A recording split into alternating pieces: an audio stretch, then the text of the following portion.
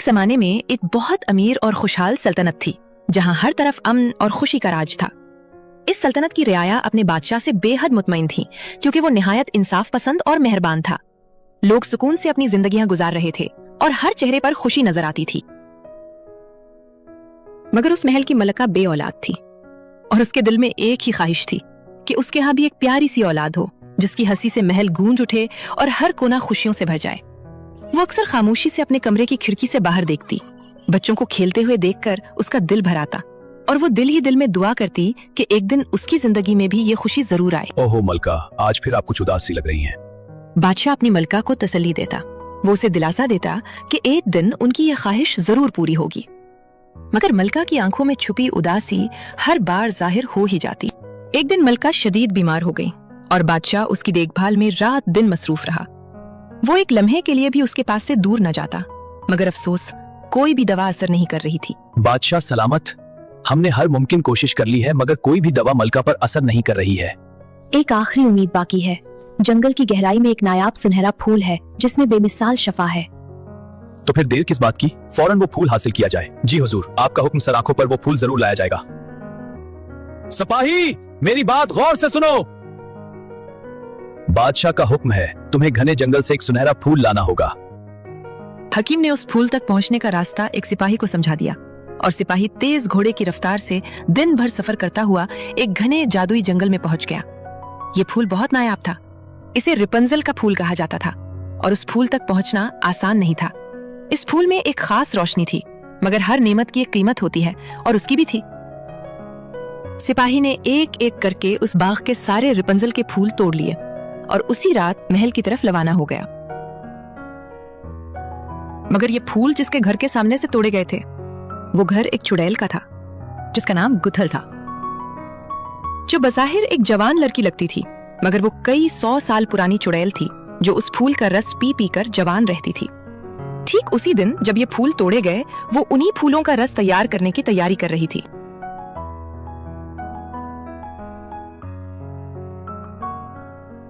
किसकी हिम्मत हुई मेरे बाग से मेरा फूल चुराने की? कहाँ गया? यहाँ भी नहीं।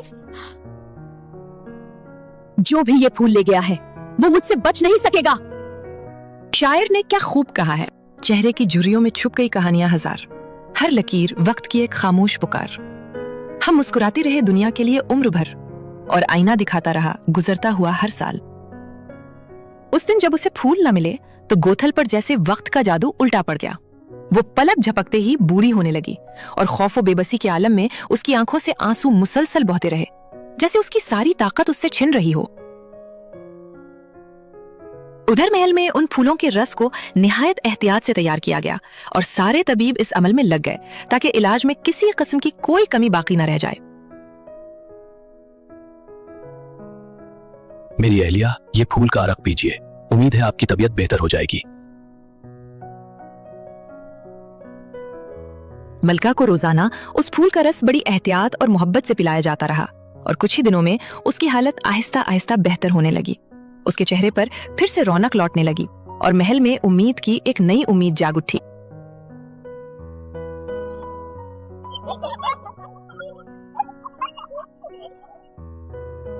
फिर एक दिन ऐसा भी आया कि जैसे तकदीर ने मुस्कुराकर उनकी दुआओं को कबूल कर लिया और मलका के यहाँ एक नन्ही सी खुशखबरी आने वाली थी। और फिर कुछ ही महीनों में वो घड़ी भी आ पहुंची जब महल में खुशियों की गूंज सुनाई देने लगी और मलका के यहाँ एक निहायत प्यारी सी बेटी ने जन्म लिया जिसका नाम उसी नायाब फूल के नाम पर रखा गया, रिपंजल।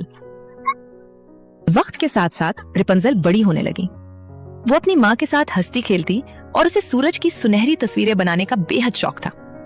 दिन भर खेलने के बाद वो थक कर सुकून से नींद की आगोश में चली जाती, जैसे हर रात कोई खूबसूरत ख्वाब उसका इंतजार कर रहा हो।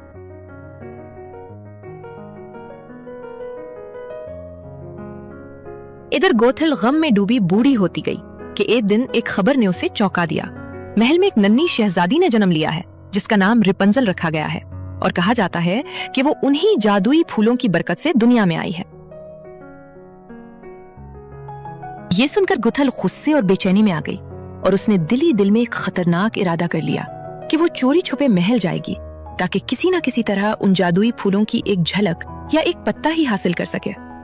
रात कर तारीकी में वो खामोशी से महल में दाखिल हुई, जैसे कोई साया दीवारों के साथ साथ सरक रहा हो।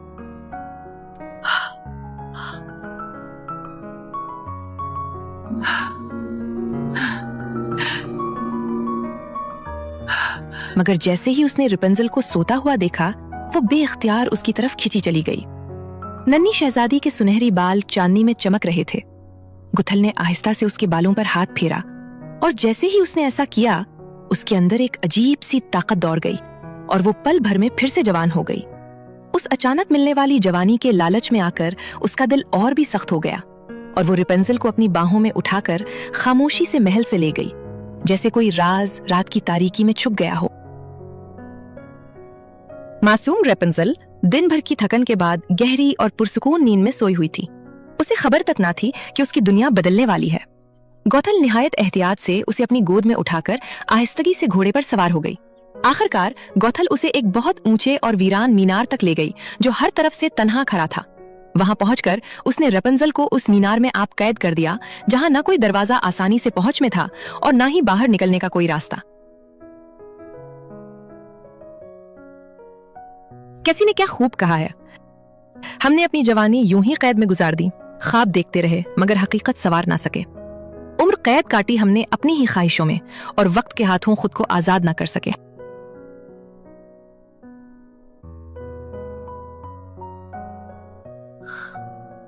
रेपेंजल, तुम कहाँ हो? कहीं छुपी हुई हो? रेपेंजल, रेपेंजल, रेपेंजल, तुम कहाँ हो? खुदा के लिए ऐसा मजाक मत करो। सिपाहियों ने पूरा महल कोने कोने तक छान मारा, हर दरवाजा और हर राहदारी देख डाली, मगर जैसे रेपेंजल हवा में गुम हो गई हो, उसका कहीं कोई सुराग न मिल सका। सिपाहियों, फौरन निकल जाओ, रेपेंजल को तलाश करो, मुझे हर हाल में इसकी खबर चाहिए। रो मत, हम रेपेंजल को ढूंढ लेंगे।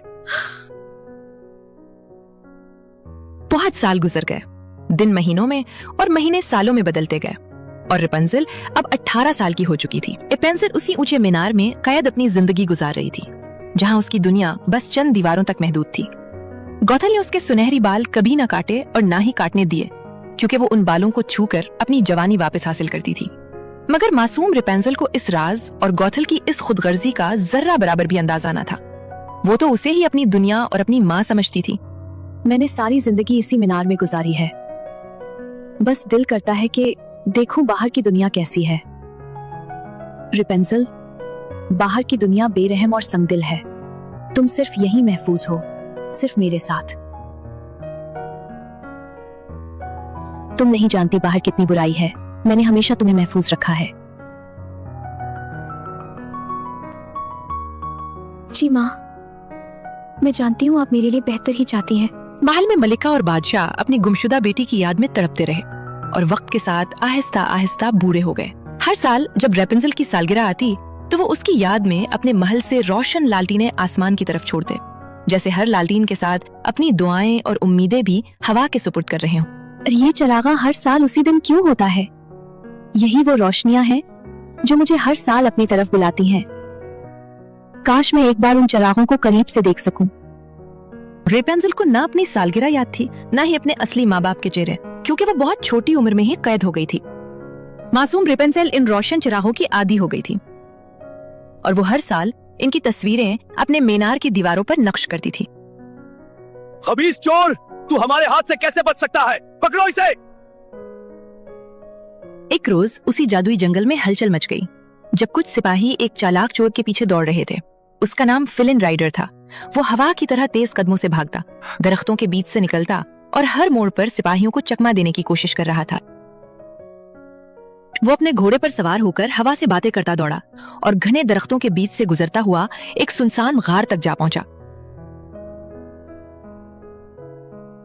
जहां वो दबे कदमों से अंदर गया और खामोशी से खुद को छुपा लिया, क्योंकि सिपाही उसका पीछा नहीं छोड़ रहे थे। आखिर वो महल का एक खास ताज चुराकर फरार हुआ था।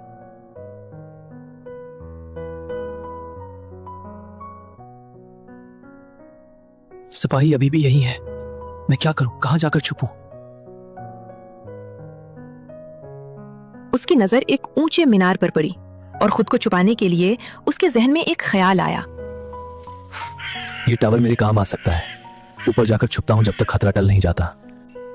वो अपने आप को छुपाने के लिए खामोश रास्तों से घने जंगल में गुजरा ताकि सिपाही उसे देख न ले, और काफी देर के बाद वो उस मीनार तक पहुंच पाया। ये दरवाजा पूरी तरह बंद है, बिल्कुल भी नहीं खुल रहा। अब ऊपर कैसे जाऊं? कोशिश करके देखता हूं। दरवाजा बंद मिला तो उसने अपनी महारत को आजमाने का फैसला किया और आहिस्ता आहिस्ता पत्तों और शाखों को मजबूती से थामता हुआ ऊपर चढ़ने लगा। वो हर कदम निहायत एहतियात से रख रहा था ताकि कोई आवाज ना हो और कोई उसे देख ना ले। उसे क्या पता था कि जिस मीनार पर वो चढ़ रहा है उसी में रेपंजल बरसों से कैद थी, और उधर रेपंजल को क्या खबर कि फिलन राइडर के आने से उसकी जिंदगी का रुख बदलने वाला था।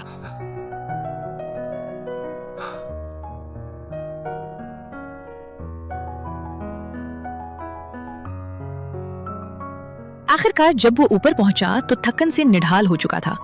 वो वहीं बैठ गया और चंद ही लम्हों में गहरी नींद में डूब गया।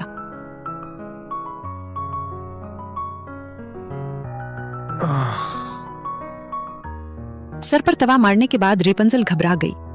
हैरत और खौफ के आलम में उसे देखती रह गई और फिलन राइडर को कुछ समझने का मौका ही न मिला।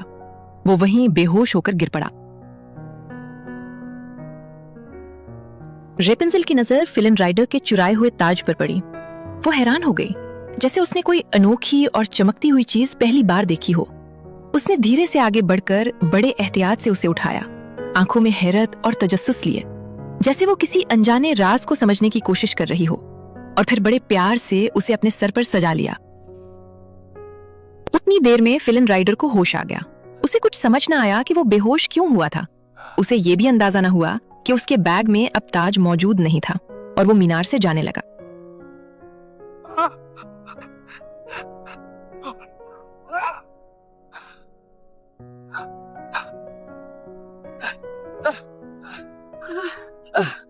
तुम कौन हो और तुम्हारे सर पर इतने बड़े बाल? उफ, मेरी जान छोड़ो। तुमने ये ताज मेरे बैग से चराया है, उसे वापस करो और मुझे जाने दो। तुम पहले ये बताओ तुम कौन हो और मेरे मीनार में चोरी छुपे क्यों घुसे हो?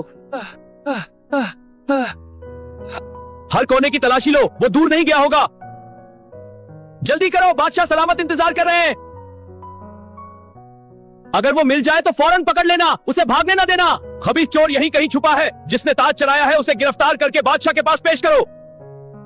तो तुम वही खबीज चोर हो जिसने ये ताज चराया है। अगर मैं अभी शोर मचा दूं तो तुम बच नहीं पाओगे। नहीं, खामोश हो जाओ, शोर ना मचाओ। ये ताज तुम ही रख लो और मुझे जाने दो। नहीं, तुम कहीं नहीं जा रहे। रेपेंजल ने उसे कुर्सी पर बिठाया और अपने लंबे बालों से फिलन राइडर को मजबूती से बांध लिया। फिलन राइडर का सर पहले ही चकरा रहा था क्योंकि तवा उसके सर पर जोरदार लगा था।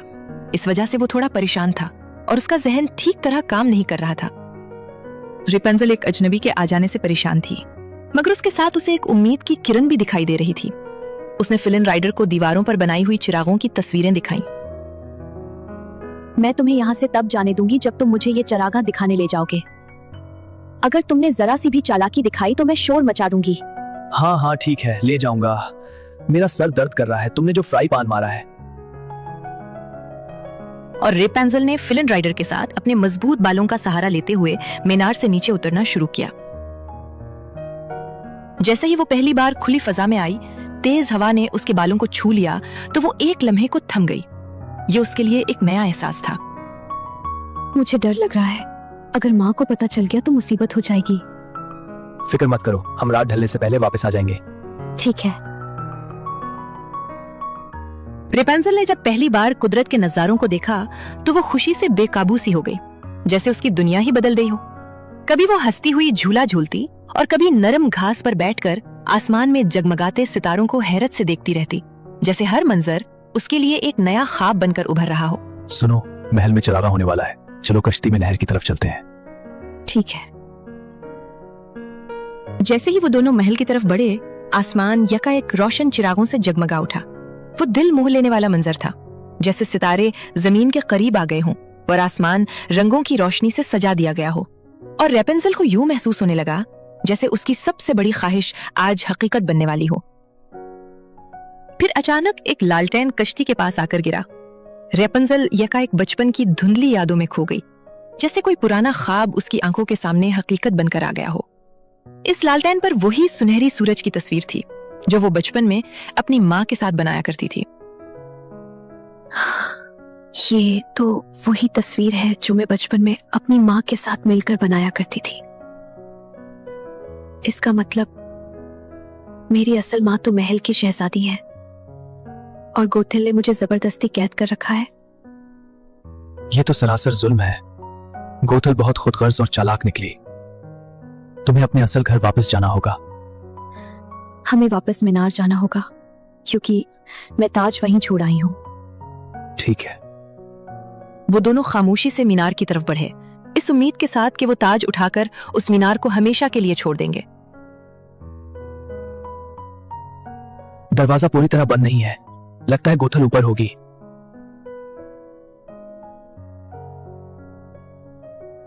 मैं तुम्हारे साथ ऊपर चलता हूं।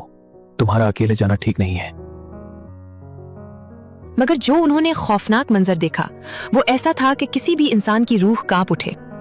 रेपेंजल ने गोथल का यह खौफनाक रूप पहली दफा देखा तो उसकी आंखों से आंसू रुक न सके। वो खौफजदा थी और साथ साथ बहुत अफसुर्दा भी, क्योंकि जिसे वो मां समझती थी वो दरअसल एक खौफनाक मखलूक थी। बेटा रेपेंजल, तुम कहाँ चली गई थी? मुझे तुम्हारी बहुत याद आ रही थी। और ये लड़का कौन है? तुमने किसी अजनबी को मीनार में कैसे आने दिया? मुझे कुछ समझ नहीं आ रहा। आप इतनी जल्दी बूढ़ी कैसे हो गई? फिक्र ना करो बेटा रेपेंजल, मेरे पास आओ, मैं तुम्हारे बालों से फिर जवान हो जाऊंगी। इसी वजह से आपने कभी मेरे बाल नहीं काटे, क्योंकि इनमें जादू छुपा हुआ है और मुझे सारी जिंदगी कैद में रखा। इतनी बड़ी खुदगर्जी? नहीं बेटा, ऐसा ना कहो। मेरे पास आओ, अपने बालों को छूने दो। रेपेंजल, ताज पकड़ते हैं और फौरन यहां से भाग जाते हैं। नहीं, आज ही इस कहानी का खात्मा होगा। तुम जल्दी से मेरे बाल काट दो। ये नहीं हो सकता। रुक जा।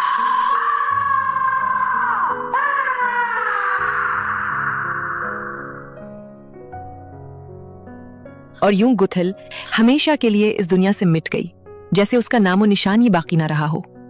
रेपेंसिल और फिलिन राइडर ने एक पल की भी देर ना की। वो उस खौफनाक मीनार से निकलकर तेजी से आगे बढ़े और पीछे मुड़कर ना देखा, जैसे वो माजी को वहीं छोड़ आए हों। और फिर दोनों उम्मीद के साथ महल की तरफ रवाना हो गए। उस दिन महल सुनसान था और खुशकिस्मती से वो बगैर किसी रुकावट के महल के अंदर तक पहुंच गए। सिपाहियों को खबर तक ना हुई। रेपेंसिल ने जब अपने असल माँ बाप को देखा तो उसे कुछ यूं महसूस हुआ। आंखों में आंसू थे, लबों पे दुआ आई। जब माँ और बाप को देखा तो जिंदगी लौट आई।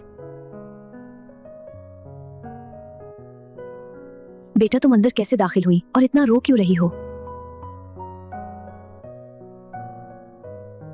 आप जो हर साल आसमान में लालटीन छोड़ते हैं, उन पर बनी सूरज की तस्वीर मैंने आज देख ली है।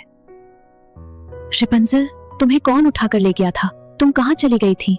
रेपेंसिल ने अपने माँ बाप को अपनी कहानी सुनाई कि गुथल कौन थी और कैसे उसने उसके जादुई बालों को कैद रखा और किस तरह फिलिन राइडर उसकी जिंदगी में उम्मीद बनकर आया। बेटी, लालटीन पर बनी सूरज की तस्वीर हमारी आखिरी उम्मीद थी।